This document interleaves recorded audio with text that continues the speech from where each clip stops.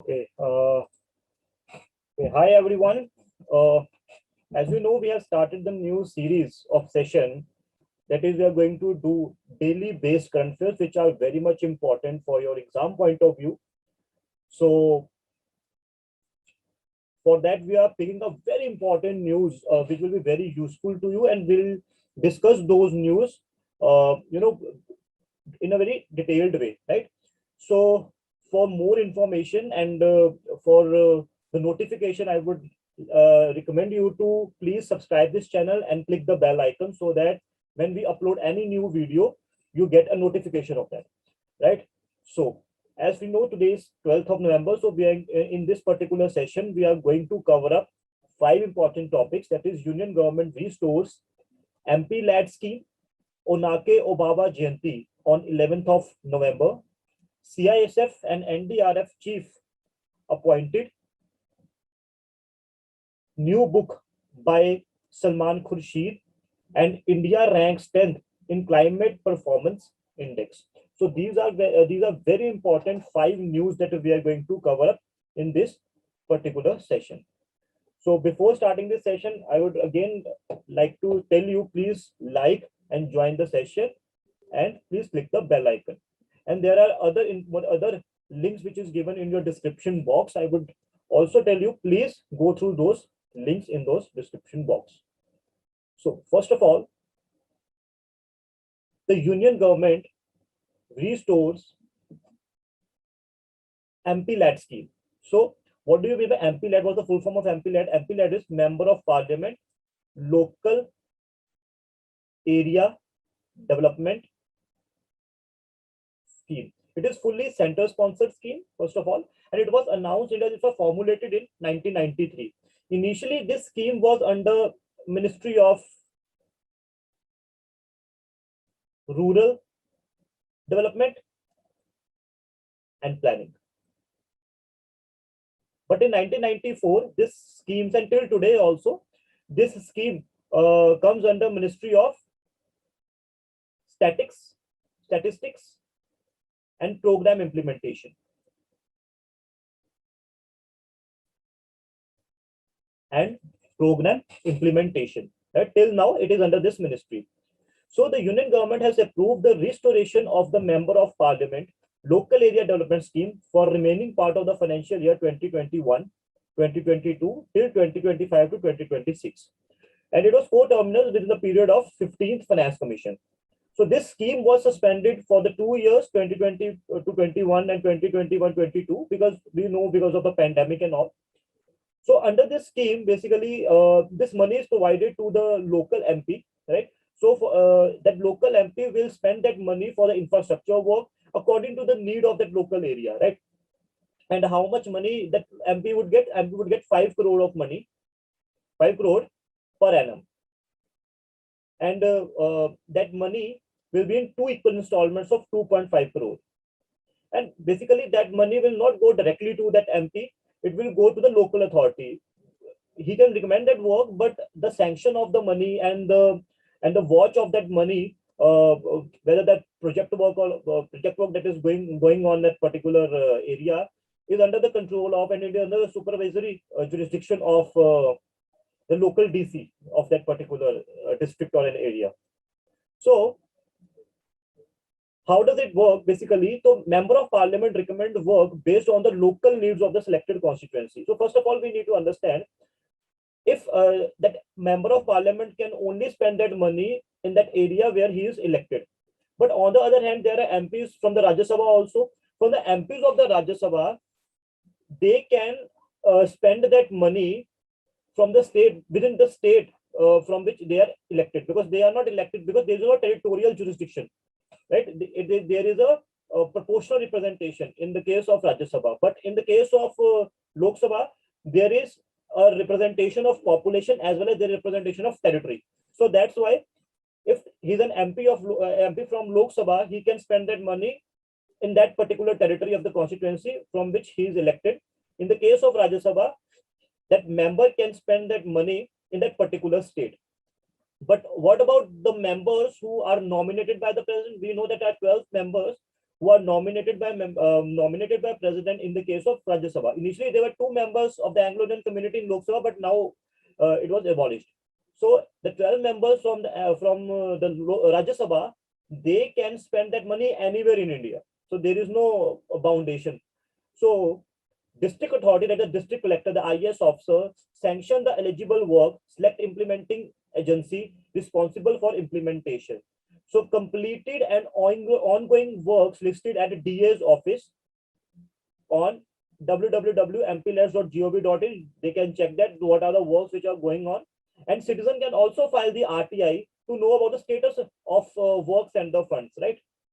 So basically, it is now more transparent and it is now more accountable.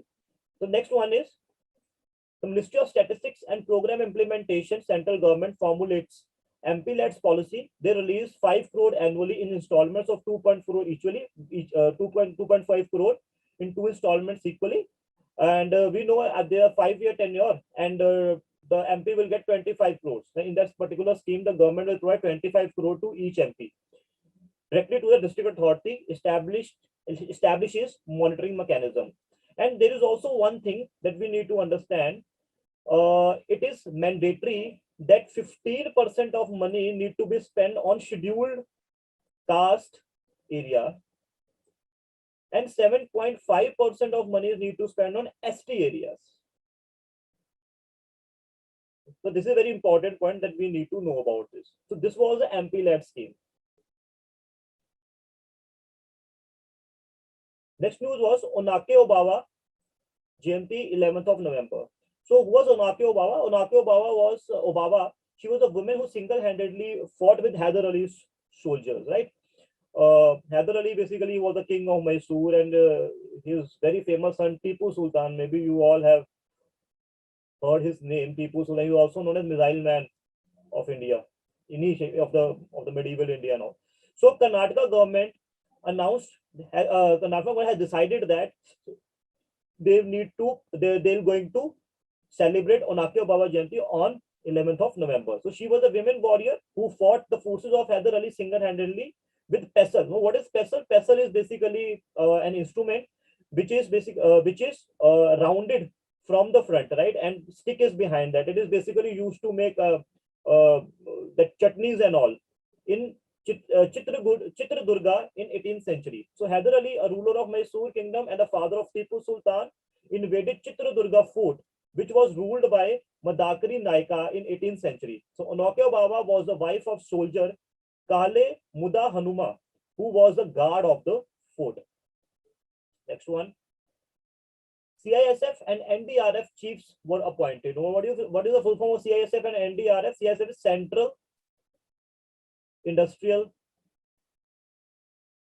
Security Force. So Central Industrial Security Force. Now what this force do? This force protect the important assets of our country, like dams, like bridges, like the stores, like petroleum stores, crude oil stores, right? The strategic oil reserves. So basically, they protect these important assets of our country. The airports and all, they are also under the watch of CISF. So the new Director General has appointed. Next one is NDRF. What is the full form of NDRF? That is National Disaster Relief Force. The National Disaster Relief Force.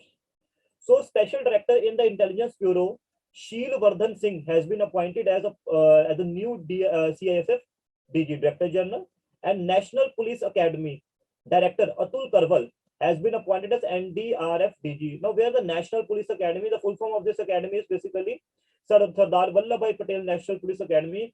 It is in Hyderabad, Telangana. So this is a place where the IPS officers, after clearing the UPSC, they got trained in this academy. So the Appointments Committee of the Cabinet has approved the proposal of the Ministry of Home Affairs, because these both agencies comes under the Ministry of Home Affairs. We all know that NDRF was used whenever there is a natural disaster, whenever there is a natural problem, natural calamity. So this force came into existence. So this force came into force and protect the people who got stuck into those dangerous areas.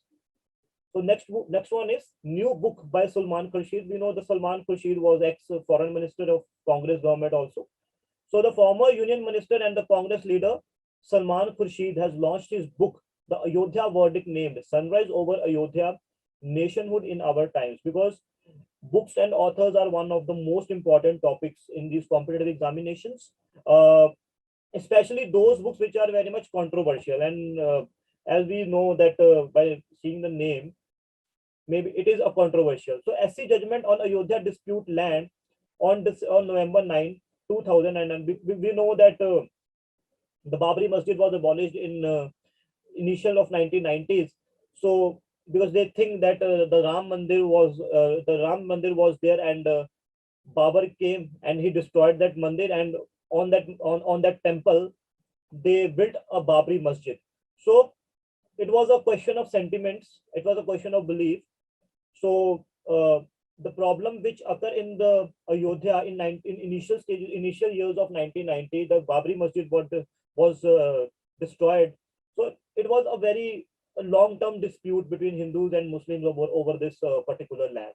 So in November 9, 2019, the Supreme Court judgment says that yes, the Ram Mandir should be built on this particular land. The next one is India's ranks 10th in climate change performance index, right? So this climate change performance index is released by German Watch on the sidelines of COP26, right? The COP26, this COP26 is going on in Glasgow, Scotland. And what is German Watch? German Watch is basically NGO, non-governmental organization. Its headquarters is in Bonn, Germany. So basically they release an index where they usually watch and usually evaluate what are the steps taken by different countries, and what are the progress in the field of climate change, and in the field of what they are doing to stop the worst effect of the climate change. So the top 3 places in the overall ranking is once again empty, because there's a particular criteria. So for this top 3 places, there is no country who worked so well they occupy these any of these places. So the 4th one is Denmark, the 5th one is Sweden, then Norway, United Kingdom, Morocco, Chile, and the 10th one is India. And we all have to accept that India is doing very well in the field of this climate change. In the field of not India is contributing to climate change, but India is India is the largest emitter of carbon dioxide. We have to accept that, and sulfur also. But we are doing very good. We are spending a lot of money on a renewable source of energy. Like we are spending a lot of money, and our government is also encouraging a lot on spending more money and the solar panels, the other sources of other means of renewable source of energy. And the government is also focusing on the electric vehicles, if we see that. So that's why if we see that India's rank is very good among other developed countries like USA or any other countries, France, USA, Russia. So we are doing very well in this. So that's why we see that in coming future, maybe India's rank in this climate performance index got improved, and India comes in the top 5 positions in coming years. So these were the very important topics that we are going to cover up in today's class. So we'll meet again, same time, same place tomorrow. And again, I would request you all, please like and subscribe the channel, and please click the bell icon for further notification of the videos. Thank you.